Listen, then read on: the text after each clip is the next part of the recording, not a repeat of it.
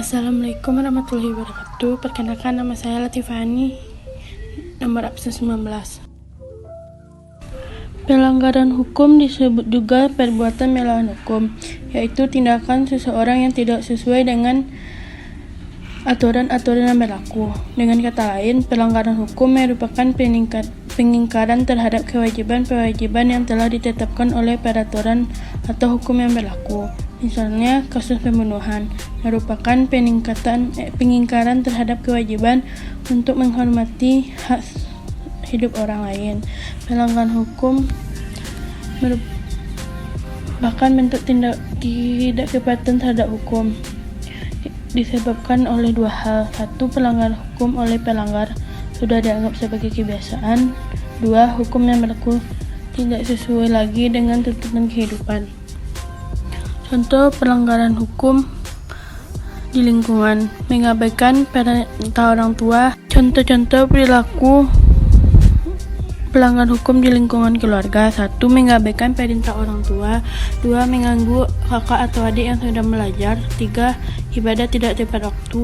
4. Menonton tayangan tidak boleh ditonton oleh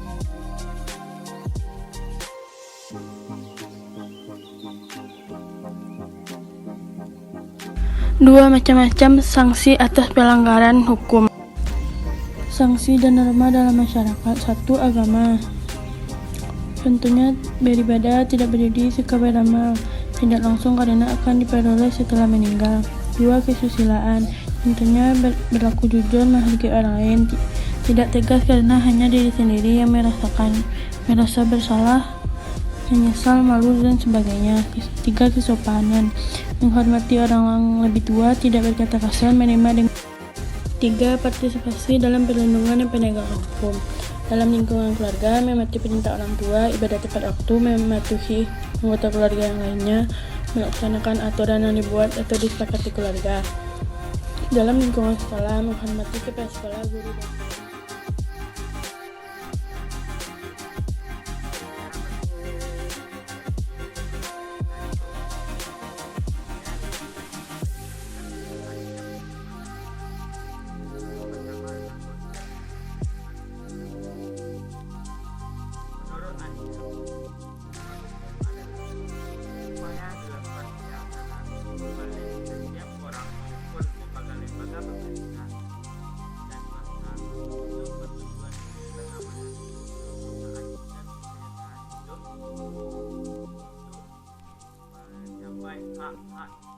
dan makna-makna tersebut tidak terlepas dari fungsi hukum, yaitu untuk melindungi masyarakat. Perlindungan hukum pemberian adalah pemberian bantuan untuk memberikan perlindungan dari beberapa sanksi atau perubahan melalui yang pertama adalah pemberian restitusi. Pemberian restitusi ini adalah pemberian ganti rugi dari pihak ketiga. Yang kedua adalah kompensasi. Kompensasi adalah pemberian ganti rugi oleh mereka. Ketiga adalah bantuan medis. Keempat adalah bantuan hukum. Selanjutnya adalah sifat-sifat dari perlindungan hukum. Sifat-sifatnya adalah terlepas dari preventif maupun represif. Selanjutnya upaya yang dilakukan perlindungan hukum adalah guna untuk memberikan perlindungan, pengamanan, perdamaian, dan lain sebagainya. Unsur-unsur dari perlindungan hukum adalah: yang pertama adalah dapat perlindungan dari pemerintah. Yang kedua adalah jaminan perlindungan hukum dari Yang ketiga adalah memberikan sanksi kepada pelanggar. Yang keempat adalah berkaitan dengan hak-hak warga negara. Contoh dari peraturan dari perlindungan hukum adalah: yang pertama adalah hak cipta, Undang-Undang Dasar. Hak cipta terdapat dalam Undang-Undang Dasar Nomor 28 Tahun 2014. Yang kedua adalah hak paten. Hak paten terdapat Undang-Undang Dasar Nomor 14 Tahun 2001. Selanjutnya perlindungan anak terdapat Undang-Undang Dasar Nomor 32 Tahun 2002. Dari perlindungan hukum tidak terdapat dari maka dapat pula perlindungan dari hukum. Yang pertama adalah sebagai yang suka terkait dengan perlindungan dari hukum. adalah hak-hak tersangka terdapat dalam undang-undang KUHP. Ini adalah ketiga, dan tersangka dapat memberikan hak-haknya untuk aspirasinya atau pembelaan dari dirinya. Ini adalah penegakan hukum. Penegakan hukum itu merupakan adalah syarat dari perlindungan hukum. Tidak ada penegakan hukum, maka perlindungan hukum tidak berjalan dengan benar. Penegakan hukum contohnya adalah reka ulang adegan. Reka ulang adegan ini biasanya kebanyakan terjadi pada kasus pembunuhan. Kasus pembunuhan contohnya pembunuhan dari Yazid, yang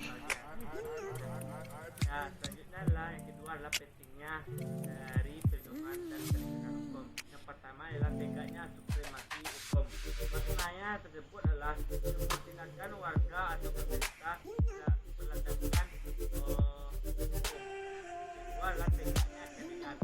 Kenapa tegaknya keadilan? Maka akan berlaku. Yang ketiga adalah dan perdamaian.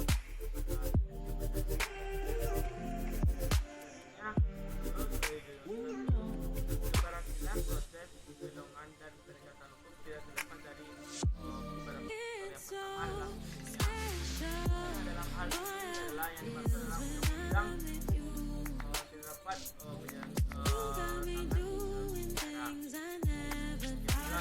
kedua adalah penegakan hukum. Tanpa penegakan hukum maka hukum adalah masyarakat. Masyarakat adalah pelaku dari yang keempat adalah sarana dan fasilitas. Tanpa adanya sarana fasilitas maka perjalanan yang penegakan hukum tidak berjalan atau yang kelima adalah kebudayaan Indonesia. Perlindungan dan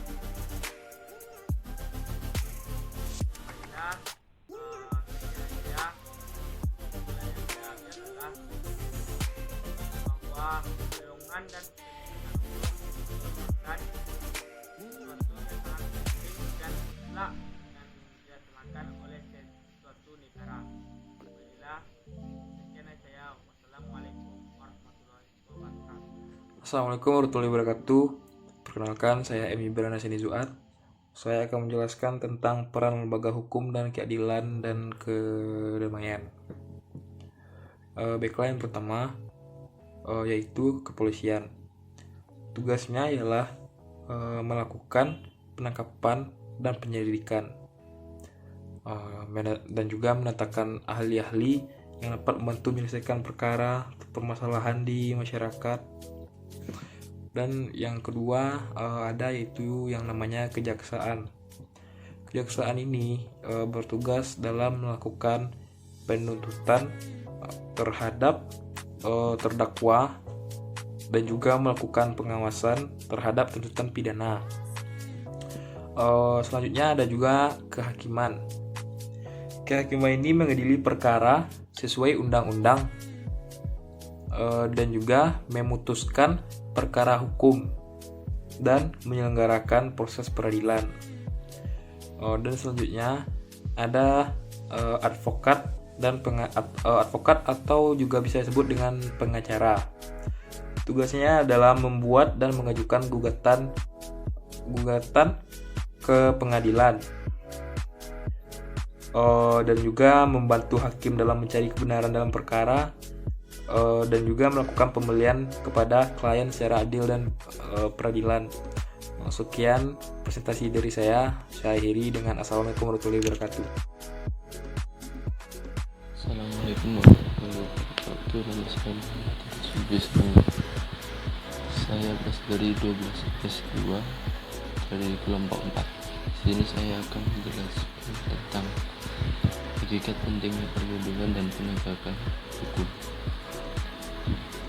Untuk perlindungan hukum ada 3 bagian, yaitu pengertian, unsur-unsur, dan Undang-Undang RI tentang perlindungan penegakan hukum.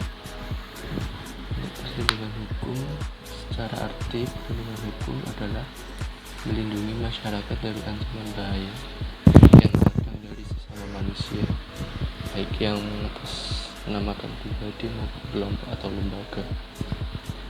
Menurut Andi Hamzah dan artikel Suemardi yang berjudul Hukum dan Penegak Hukum, perlindungan hukum dimaknai sebagai daya upaya yang dilakukan secara sadar oleh setiap orang maupun lembaga pemerintah. Adapun yang berpendapat bahwa perlindungan hukum adalah suatu perlindungan yang diberikan terhadap subjek hukum dalam bentuk perangkat hukum. Dengan kata lain, hukum memberikan perlindungan kepada manusia dalam memenuhi berbagai macam kepentingannya, dengan syarat manusia juga harus melindungi kepentingan orang lain. Unsur-unsur perlindungan hukum. Di sini ada 4 unsur. Yang pertama, adanya perlindungan dari pemerintah kepada warganya. Yang kedua, jaminan kepastian hukum. Dalam Undang-Undang Dasar 1945 Pasal 28D ayat 1 menyebutkan bahwa setiap orang berhak atas pengakuan, jaminan perlindungan dan kepastian hukum yang adil, serta perlakuan yang sama di depan hukum. Yang ketiga, berkaitan dengan hak keluarga negara. Yang keempat, adanya sanksi hukum bagi pihak yang melanggarnya. Undang-Undang RI tentang perlindungan hukum. Yang pertama, Undang-Undang Republik Indonesia Nomor 8 Tahun 1999 tentang perlindungan konsumen, yang pengaturannya mencakup segala hal yang menjadi hak dan kewajiban antara produsen dan konsumen. Yang kedua, Undang-Undang Republik Indonesia Nomor 19 Tahun 2002 tentang hak cipta. Selanjutnya, Undang-Undang Republik Indonesia Nomor 15 Tahun 2001 tentang merek. Yang keempat, ada Undang-Undang Republik Indonesia Nomor 14 Tahun 2001 tentang paten. Yang kelima, Undang-Undang Republik Indonesia Nomor 29 Tahun 2000 tentang perlindungan varietas tanaman.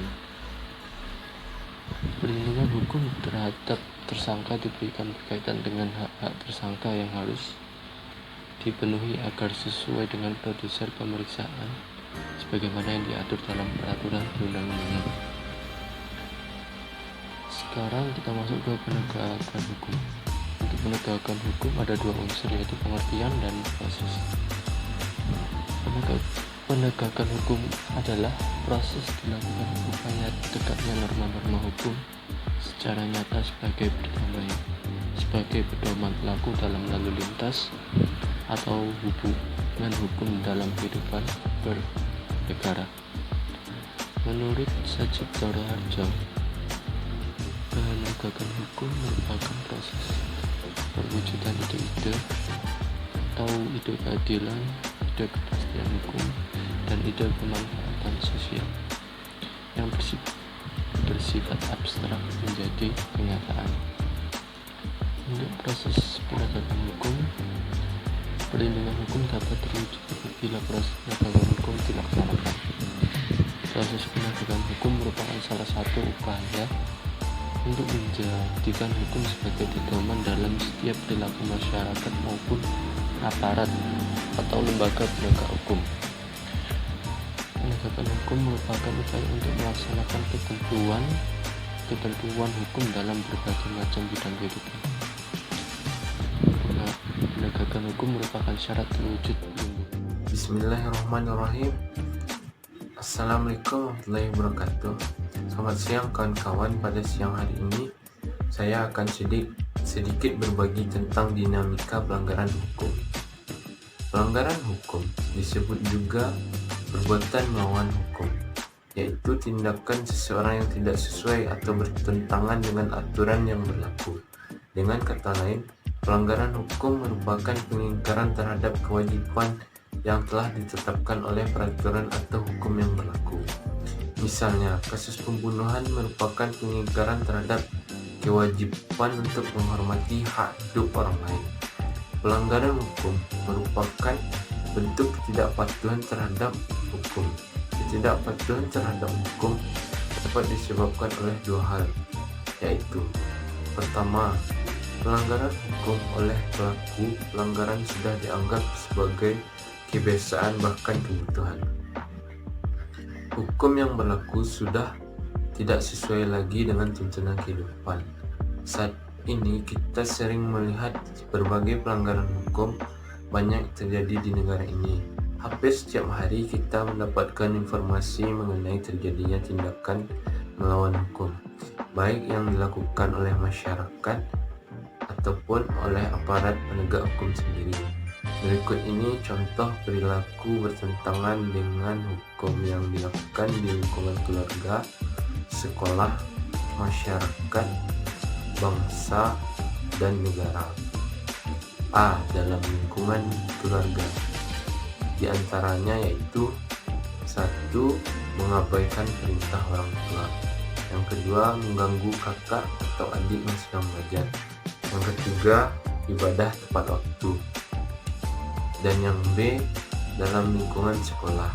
Di antaranya 1. Mencontek ketika ulangan. Yang kedua, datang terlambat ke sekolah. Yang ketiga, mengikuti bolos teman saat jam pelajaran. Yang C yaitu dalam lingkungan masyarakat. Di antaranya 1. Tugas mangkir dari ronda malam, tidak mengikuti kerja bakti, mengkonsumsi obat-obat terlarang. Dan yang terakhir atau yang D, dalam lingkungan bangsa dan negara. Di antaranya tidak memiliki KTP, tidak memiliki SIM, tidak mematuhi rambu-rambu lalu lintas, dan sebagainya. Pelanggaran terhadap satu ketentuan hukum pada hakikatnya merupakan pelanggaran terhadap yang pertama, aturan agama, yang kedua, dasar negara, yang ketiga, konstitusi negara, yang keempat, norma-norma sosial dan lainnya. Pada pelanggaran hukum ini akan mendapatkan sanksi yang setimpal kepada pelanggar tersebut. Sekian yang dapat saya jelaskan tentang dinamika pelanggaran hukum. Assalamualaikum warahmatullahi wabarakatuh. Bismillahirrahmanirrahim. Saya Muhammad Farel dari 12 IPS 2 akan menjelaskan dinamika pelanggaran hukum. Dinamika pelanggaran hukum merupakan contoh-contoh perilaku pelanggaran hukum beserta sanksinya yang ada di kehidupan sehari-hari, dan salah satu bentuk upaya penegakan hukum dan perlindungan hukum. Dan salah satu contohnya bisa di lingkungan rumah, yaitu tidak patuh kepada orang tua. Di lingkungan sekolah kita mencontek atau terlambat datang ke sekolah, dan di lingkungan berbangsa dan negara kita tidak membuat KTP ataupun golput. Mungkin itu saja yang bisa saya dapat sampaikan. Lebih dan kurang mohon maaf. Assalamualaikum warahmatullahi wabarakatuh.